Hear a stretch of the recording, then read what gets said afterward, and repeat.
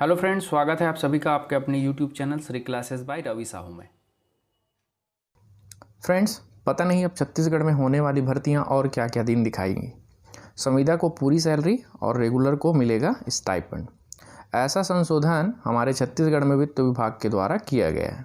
देखिए इस संशोधन में क्या है। छत्तीसगढ़ शासन वित्त विभाग मंत्रालय ऊपर लिखा हुआ है और नीचे है महानदी भवन, नवा रायपुर, अटल नगर, जिला रायपुर। अधिसूचना में लिखा हुआ है नवा रायपुर, अटल नगर और दिनांक लिखा हुआ है 28 जुलाई 2020।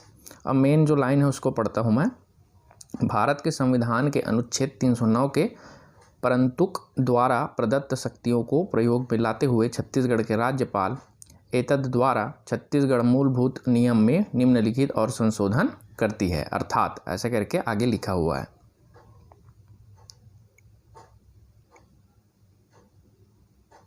देखिए यहाँ लिखा हुआ है सीधी भर्ती के पदों पर चयनित शासकीय सेवकों को 3 वर्ष की परिवीक्षा अवधि में निम्नानुसार स्टाइपेंड देय होगा। प्रथम वर्ष पहले वर्ष में उस पद के वेतनमान के न्यूनतम का 70%, द्वितीय वर्ष में उस पद के वेतनमान के न्यूनतम का 80%, तृतीय वर्ष उस पद के वेतनमान के न्यूनतम का 90%। ठीक है, मतलब ये है कि अगर आपका सैलरी 100 रुपये है तो पहले साल में आपको 70 रुपये मिलेगा, दूसरे साल में 80 रुपये और तीसरे साल में 90 रुपये। 3 साल बीतने के बाद जब आप परमानेंट हो जाएंगे तब जाके आपको जो सैलरी मिलने वाला था 100 रुपये वो मिलना चालू होगा। आगे लिखा हुआ है परंतु परीक्षा अवधि में स्टाइपेंड के साथ अन्य भत्ते शासकीय सेवक की तरह प्राप्त होंगे। ये सरकार जो है थोड़ा मेहरबानी कर दिया है कि अन्य भत्ते को दे रहे हैं। आगे लिखा हुआ है परीक्षा अवधि की समाप्ति पर जब वह सेवा या पद पर स्थायी किया जाता है, मतलब 3 साल बीतने के बाद, तब वह शासकीय सेवक का वेतन उस सेवा या पद को लागू समयमान का न्यूनतम नियत किया जाएगा। मतलब वही है जो आपका सैलरी है वो आपको जाके 3 साल बाद मिलना शुरू होगा।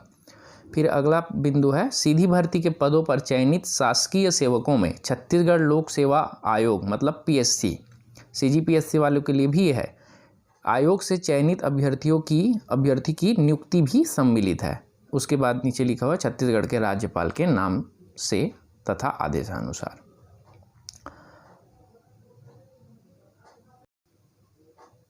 चलिए अब देखते हैं कि इस संशोधन के बाद जो स्टाइपेंड है, सैलरी भी नहीं बोल सकते अब इसको, स्टाइपेंड आपको कैसे मिलेगा। व्याख्याता के लिए मूल वेतन है 39,000 रुपये। प्रथम वर्ष में उसको 27,000 रुपये मिलेगा, द्वितीय वर्ष में 31,000 रुपये, तृतीय वर्ष में 35,000 रुपये। अप्रॉक्स है ये, थोड़ा बहुत हो सकता है आगे पीछे, है ना, लेकिन लगभग ऐसा ही रहेगा। उसके बाद शिक्षक का मूल वेतन है 36,000 रुपये। प्रथम वर्ष में उसको 25,000 रुपये के आसपास मिलेगा, 25,200 रुपये। द्वितीय वर्ष में 28,800, लगभग 28,500 मान के चलिए। तृतीय वर्ष में 32,400। वैसे ही सहायक शिक्षक का मूल वेतन है 27,000 रुपये। प्रथम वर्ष में उसको 18,900, मतलब लगभग 19,000। द्वितीय वर्ष में 21,000 रुपये और तृतीय वर्ष में 24,300 रुपये। ये आंकड़े हैं।